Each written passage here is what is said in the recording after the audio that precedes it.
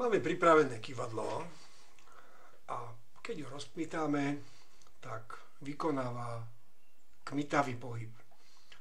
V krátkom úseku môžeme tento pohyb považovať za harmonický a teda zvyčajne vyjadrujeme graficky priebeh tohto kmitavého pohybu harmonického pomocou sinusoidy. Ukážeme si, ako je možné toto žiakom ukázať.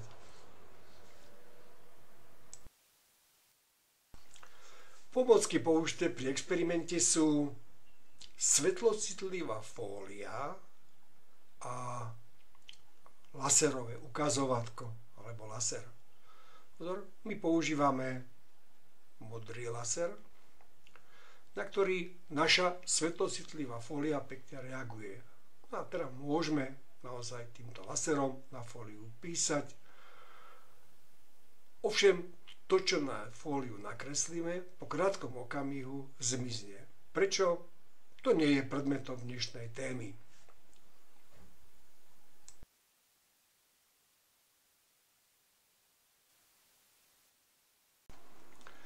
Pretože my ideme teraz kmitať. No a úprava experimentu je nasledovná. Miesto závažia, ktoré sme mali na kyvadle, použijeme naše laserové ukazovátko. Keďže tlačidielko laseru funguje tak, že len pri jeho stlačení je laser aktívny, tak si tam dáme gumičku, ktorá nám to tlačidielko udrží stále aktivované. Pomocou tried tlače sme vytlačili takýto nejaký krúžok, ktorý nám umožňuje pomerne ľahko ten laser zavesiť miesto nášho závažia.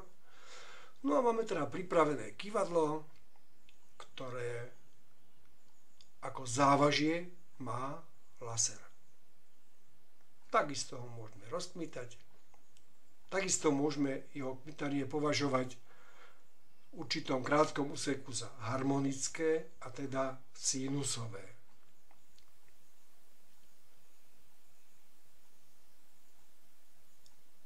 Pod laser umiestníme dosku so svetlocitlivou fóliou.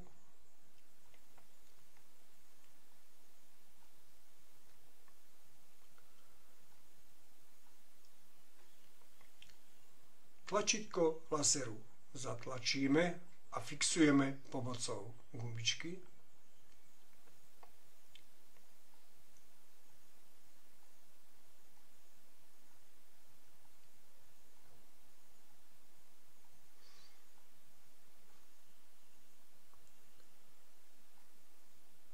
Tak, už sa nám to podarilo. Stopa po laserovom svetle na svetlocitlivej fólii je evidentná. No a ďalší krok. Laser rozkmitáme, zanecháva takúto výraznú stopu a teraz s tou fóliou budeme krásne, rovnomerne ťahať.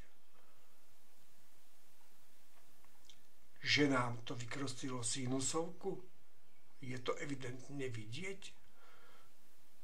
A teda zrejme ten kmitavý pohyb nejako súvisí s funkciou sinus. Detailnejší záber na tento experiment vyzerá nasledovne. Rozkmitáme laser, kyvadielko, ťaháme svetlocitlivú fóliu a máme krásnu sinusovku.